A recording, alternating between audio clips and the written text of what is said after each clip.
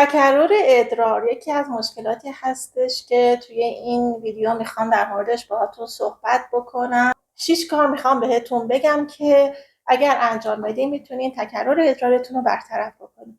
پس این ویدیو رو از دست ندید. به نام خدا سلام، من ساناز زمینی هستم، متخصص سوژوک تراپی. با یک ویدیوی دیگه در خدمتتون هستم در رابطه با سوژوک. از امروز میخوام به سوالاتی که شما توی کامنت ها ازم کردین پاسخ بدم.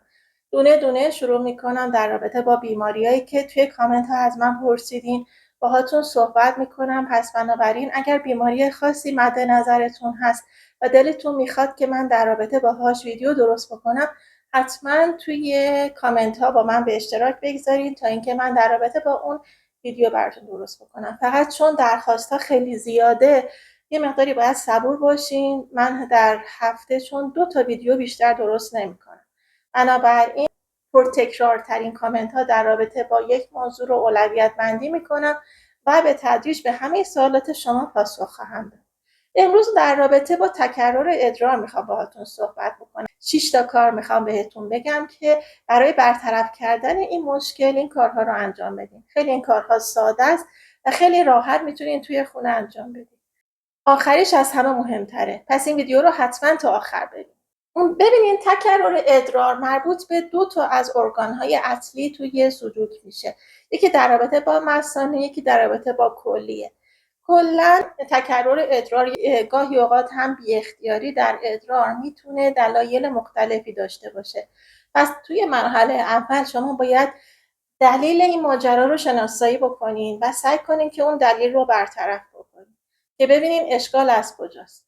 گاهی اوقات به خاطر ضعف مثانه است، گاهی اوقات به خاطر این هستش که افراد دچار بیماری‌های زمینه‌ای هستن و اون بیماری زمینه‌ای به مثانه‌شون فشار میاره و کلیه‌هاشون رو تحت تاثیر خودش قرار میده و اون باعث میشه که تکرر ادرار ایجاد بشه. و تا اون بیماری زمینه‌ای برطرف نشده ممکنه که کارهایی که ما الان توی این ویدیو آموزش میدیم براشون به طور مقطعی مشکلشون رو حل بکنه، ولی حتما باید اون بیماری زمینه‌ای برطرف بشه تا اینکه دوباره مثانه رو دچار ضعف نکنه و دوباره تکرر ادرار ایجاد نشه. مثانه مثل یک ظرفی هستش که ادراری که از طرف کلیه خارج میشه از توسط لوله حالب، اون ادرار وارد مثانه میشه و مثانه مثل یک ظرف میمونه. این ادرار رو داخل خودش ذخیره میکنه و وقتی که از یه حدی پرتر میشه شما احساس دفع ادرار پیدا میکنید. حالا اگر این مثانه خیلی ضعیف باشه، تون دلش میخواد که ادرار رو از بدن خارج بکنه و شما دچار تکرر ادرار میشین. یعنی چی؟ یعنی به فاصله های خیلی کم نیاز به رفتن به دستشویی پیدا میکنین و ادرار به طور کم کم از بدن شما خارج میشه. برای اینکه این مشکل رو برطرف بکنین 6 تا کار هستش که من بهتون میخوام بگم که انجام بدین. این 6 تا کار خیلی کارهای آسونی هستش، البته بعد از اینکه علت زمینه‌ای این ماجرا رو برطرف کردید. گاهی اوقات در اثر دیابت ممکنه که دچار تکرر ادرار بشین، گاهی اوقات پروستات آقایون مشکل پیدا میکنه، گاهی اوقات در اثر سرماخوردگی، در اثر ضعف بدن، در اثر بعضی از بیماری‌های عفونی، در اثر بعضی از داروهایی که مصرف می‌کنین و عوارضی که اون داروها داره شما رو دچار تکرر ادرار میکنه. ما فرض میکنیم که اون موارد رو کلا برطرف کردیم و دیگه از اون نظرها مشکلی نداریم و حالا میخوایم بیایم مشکل مثانه و کلیه رو در این زمینه حل کنیم. یکی از کارهایی که حتما لازمه انجام بدین اینه که انطباق مثانه رو قرمز بکنید. انطباق مثانه ببینین اینجا هستش، من توی این دستم نشون میدم. ببینید انطباق مثانه اینجاست، بین 2 تا انگشت حلقه و انگشت میانی این قسمت پایین رو در نظر بگیرید. اینجا انطباق مثانه. به این ترتیب این انطباق مثانه رو قرمز میکنه. پس کار اولی که باید انجام بدین اینه.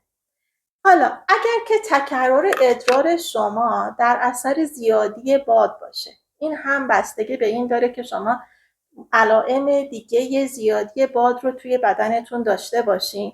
بهتره که علاوه بر این که انطباق مثانه رو قرمز کردین، نخود هم بچسبونین تا اینکه بتونه اون باد رو توی بدن شما کم بکنه. پس توی این دستی که انطباق مثانه رو قرمز کردین یه دونه نخود هم میچسبونین. به این ترتیب مثلا فرض کنین که این دانه نخود به این ترتیب روی این میذارین و با چسب 3M روی اون میچسبونین و به این ترتیب خود رو میچسبونین روی یک دونه چسب و اینجا به این حالت نخود رو روی دستتون میچسبونین.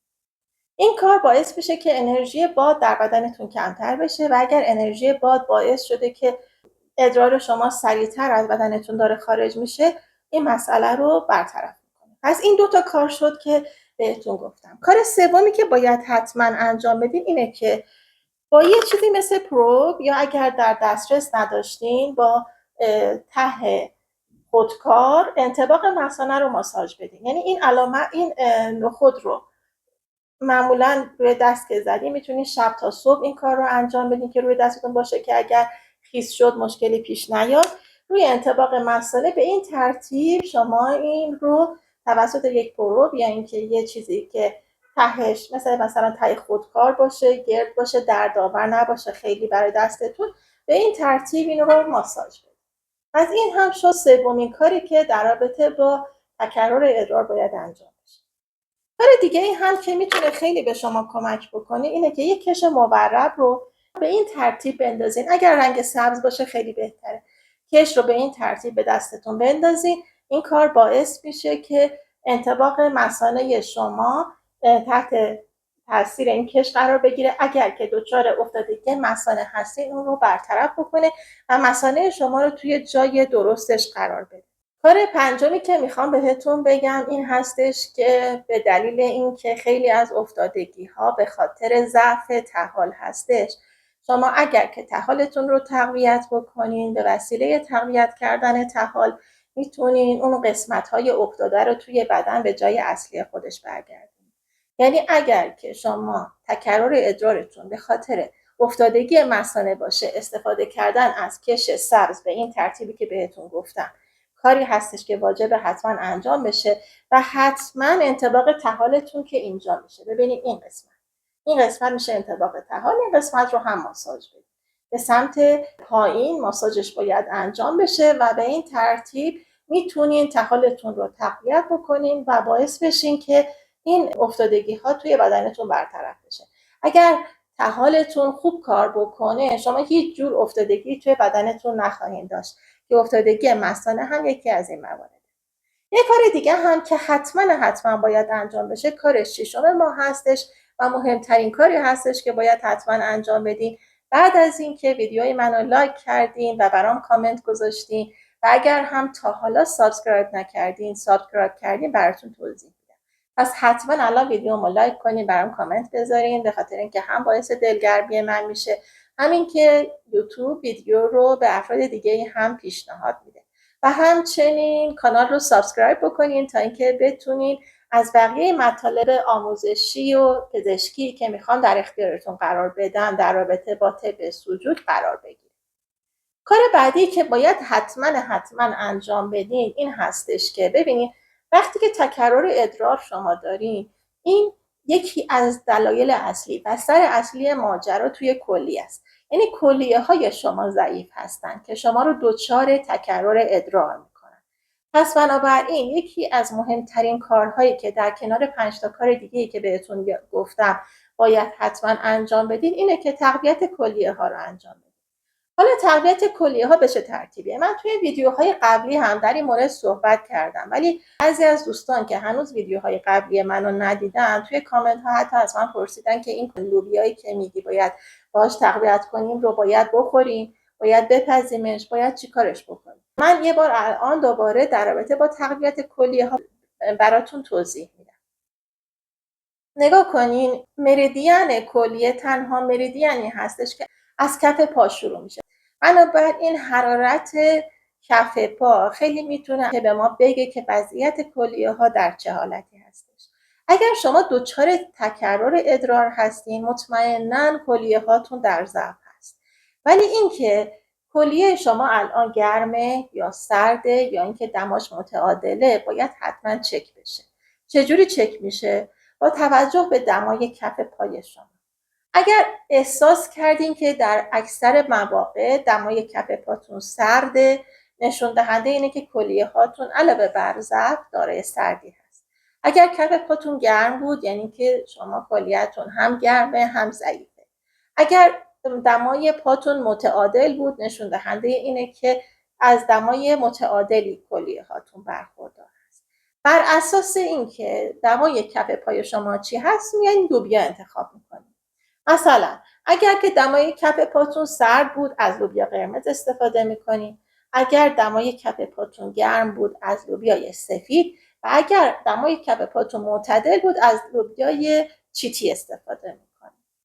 این لوبیاها را هم هر شب تا صبح به دستتون به این روشی که الان بهتون توضیح میدم میچسبونین و صبح اون لوبیاها رو میندازین دور. برای شب بعدش با لوبیاهای جدید این کار رو انجام. حالا چه کار میکنیم؟ ببینید فرض کنید که من کف پامو چک کردم معتدل بوده، بنابراین لوبیای چیتی باید استفاده کنم برای تقویت کلیه ها. 2 تا لوبیا چیتی برمیداریم. دقت کنید ببینید لوبیا چیتی یا هر لوبیای دیگه‌ای به این حالت یه ناف سفید دارن که این ناف سفید رو وقتی که ببینین شبیه کلیه ها که توی این عکس میبینین به این ترتیب هستش که این حالت فرو رفتگی کلیه ها به سمت داخله. پس بنابراین این ناف ها رو ما جوری قرار میدیم که به سمت داخل باشن. و اینها رو چیکار میکنیم؟ میان تو 2 تا جا که انطباق کلیه هامون هست میچسبیم. چجوری حالا میشه انطباق کلیه رو مشخص کرد؟ ببینید بین انگشت کوچیک و انگشت حلقه و همچنین بین انگشت اشاره و انگشت میانی ما 2 تا انطباق داریم، انطباق کلی.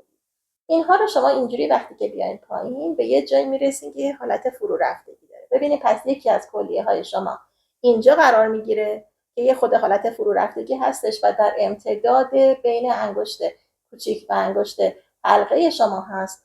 دومین جا هم اینجا هستش که باز دوباره میان پایین و میرسیم به یه حالت فرو رفتگی. این 2 تا رو توسط یک چسب به این ترتیب که الان این سفیدی که بهتون گفتم رو به سمت وسط، یعنی الان ببینید این لوبیایی که میخواین اینجا بذارین این سفیدی به سمت وسط، یعنی به این سمت اینجا میزنیم به این ترتیب اینجا میچسبونی. اون یکی لوبیا رو هم با یک چسب تریم یا اگه چسب تریم نداشتین میتونین از داروخانه ها بخرین. چسب تریم همون چسبی هستش که برای بعد از عمل جراحی خصوصا بینی ازش استفاده میشه و خاصیتش اینه که اولا ضد حساسیت، دوما هم این که اگه آب بهش بخوره خیلی راحت کنده نمیشه. ولی اگه نداشتین با چسب معمولی هم میتونین این کار انجام بدین، با نوار چسب معمولی. این قسمت سفیدی باز به سمت داخل باشه و توی این یکی انطباق کلیه که 2 تا کلیه های ما رو به این ترتیب پوشش میده. به این ترتیب شما انطباق کلیتون رو لوبیا میزنید. این کار رو 3 هفته باید انجام بدین شبها و میبینین که اثر خودش رو میکنه و باعث میشه که کم کم تکرر ادرارتون بهتر بشه. البته اوایلی که این کار رو انجام بدید ممکنه یه مقداری بیشتر شما دچار تکرر ادرار بشین، ولی اگر که ادامهش بدین به تدریج این مشکل رو از بین میبرید. پس این 6 تا کاری که بهتون گفتم کارهایی هستش که در صورتی که تکرر ادرار دارین باید حتما انجام بدین. البته بعد از اینکه بیماری زمینه‌ای که باعث ایجاد این تکرر ادرار هست رو از بین بردین و اثرش رو از روی مثانه و کلیه برداشتین. خیلی ممنون از اینکه این ویدیو رو تا اینجا با من همراهی کردین. فراموش نکنین که کانال ما رو به دوستان و آشنایان خودتون هم معرفی بکنین تا دیگران هم بتونن از علم سلوک استفاده بکنن. تا ویدیوهای بعدی که در مورد مشکلات و ناراحتی های دیگه میخوام باهاتون صحبت بکنم، همه شما دوستان عزیز رو به خدا میسپارم. خدا نگهدار.